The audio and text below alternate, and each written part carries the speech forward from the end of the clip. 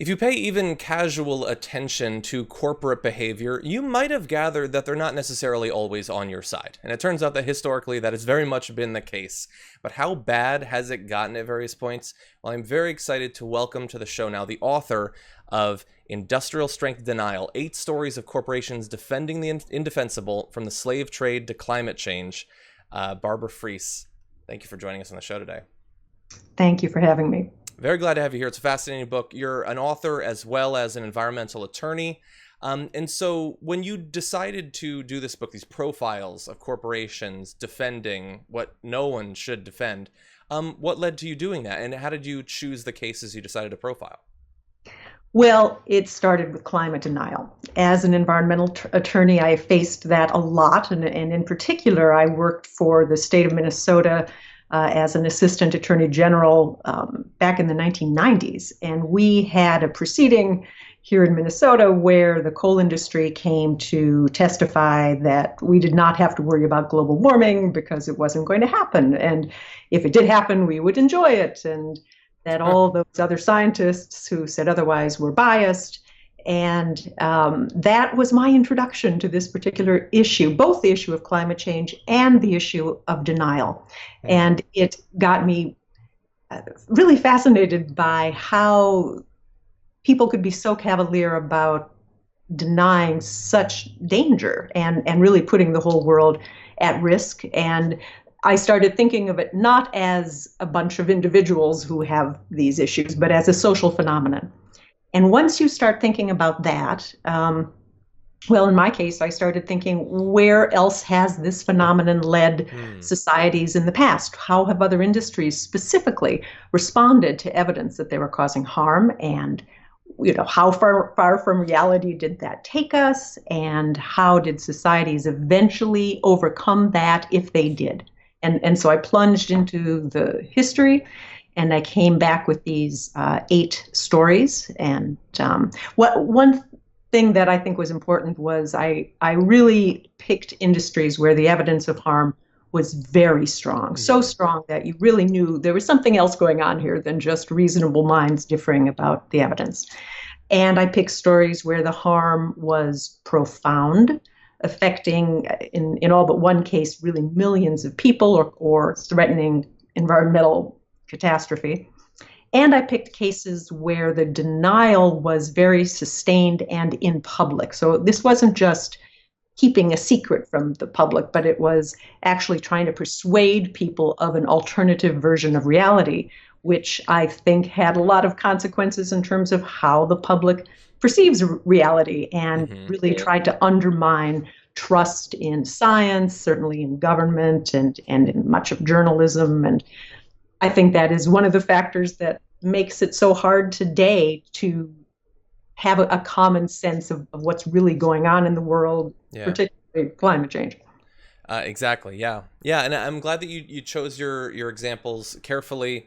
Indisputable harm. And in one, in the first case that you talked about climate change, it's one of ones where we now find out that there are, internal memos dating back to decades ago that oil companies, while they continue to publicly deny that it was going on, that they knew, in some of these cases we're of course not going to have documented evidence that they did not believe what they were pushing. But I am very interested in the psychology of these organizations. Like, it's one thing to say that a corporation is pushing something, but a corporation, of course, is made up of many, many people, some at the top, some not. How do the people at the various levels, how do they sort of maybe rationalize the damage as it becomes increasingly clear that it's happening? What are some of the things that you found? Well, right. Rationalization, of course, is a big part of this. It isn't just denying that a problem exists, but deciding that even if it exists, that you are not responsible, you as a corporation are not responsible for having to solve it. So one common form of rationalization is to argue that the cure would be worse than the disease and that other really bad things would happen if you tried to get the industry to stop this. I opened the book actually with a quote from a tobacco executive who argued that if you didn't smoke, who knows what the hell you would do? You might beat your wife or drive cars fast. And that was a particularly common kind of rationalization. A lot of times I found that the way they avoided responsibility was just to try to be distracting, to sort of say, well, what about this other bigger problem over here? So when the slave trade was confronted with evidence of the brutality of their industry, and I focused on the British slave trade, where you had a more pure industrial denial because the public didn't know anything about slavery, they came back, the slave lobby came back and said, well, what about all those poor people in Britain who are worse off than our slaves, who have comfy cottages on comfy plantations? So that sort of distraction is a major approach to this. A lot of the rationalizations slip into this kind of tribal mindset where they immediately see their critics as part of an opposing tribe and look to find sinister motives rather than just genuine concern.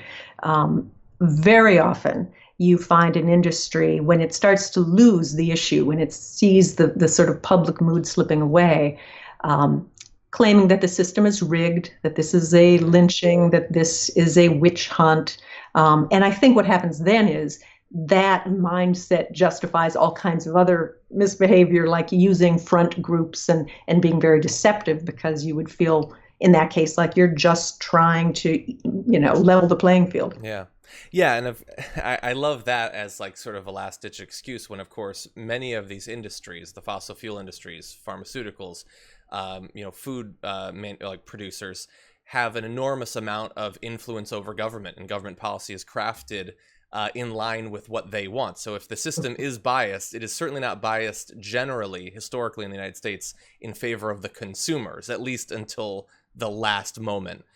What I'm curious about is, I know that your examples span a large period of time. Does it seem like anything substantial has changed that makes it a little bit easier to break through some of this misinformation? Perhaps, easier access for scientists to make their findings known, or social media. Is there any reason to believe that we might face a little bit less of this corporate misinformation and denying the clear harm that they're doing in the future? Boy, I really wish I could say that. I mean, the problem, of course, is that social media is very fragmented. And so while it does make it easier for people to find out about these problems in the first place, or for scientists perhaps to get some of their messages out, it also makes it much easier for the disinformation. And the disinformation tends to be targeted more toward what people want to hear. Mm-hmm. And so that is a problem. Another thing to keep in mind is that the corporations merely have to create doubt. They don't have to persuade you that their product is harmless. They just have to make you doubt what the critics are saying, that it is harmful. And that's enough to create paralysis. So having a very fragmented media landscape, I think, actually makes that harder. Now, I believe we will, in the years ahead, come up with ways to rebuild social trust, come up with more trusted sources within the media landscape that will hopefully solve this fragmentation problem. In the meantime, I think that it's remains a huge problem, and it's going to require us to do everything we can to overcome it. Well, the first step, it seems, would be information, understanding where we've come from. So appreciate the book that you wrote, everyone. It is Industrial Strength Denial. And this is just scratching the surface of these amazing examples. So everyone definitely take a look at that. And Barbara Freese, we appreciate you joining us on the show today. Thanks so much for having me.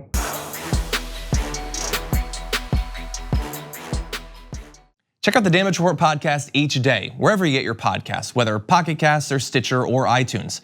You can join me as I give you the news and stories you want, with a range of co-hosts and interview guests jumping in on the fun each day. Again, that's the Damage Report, wherever you get your podcasts. And if you get them at iTunes, don't forget to rate and review. Sometimes I'll read them live on the show.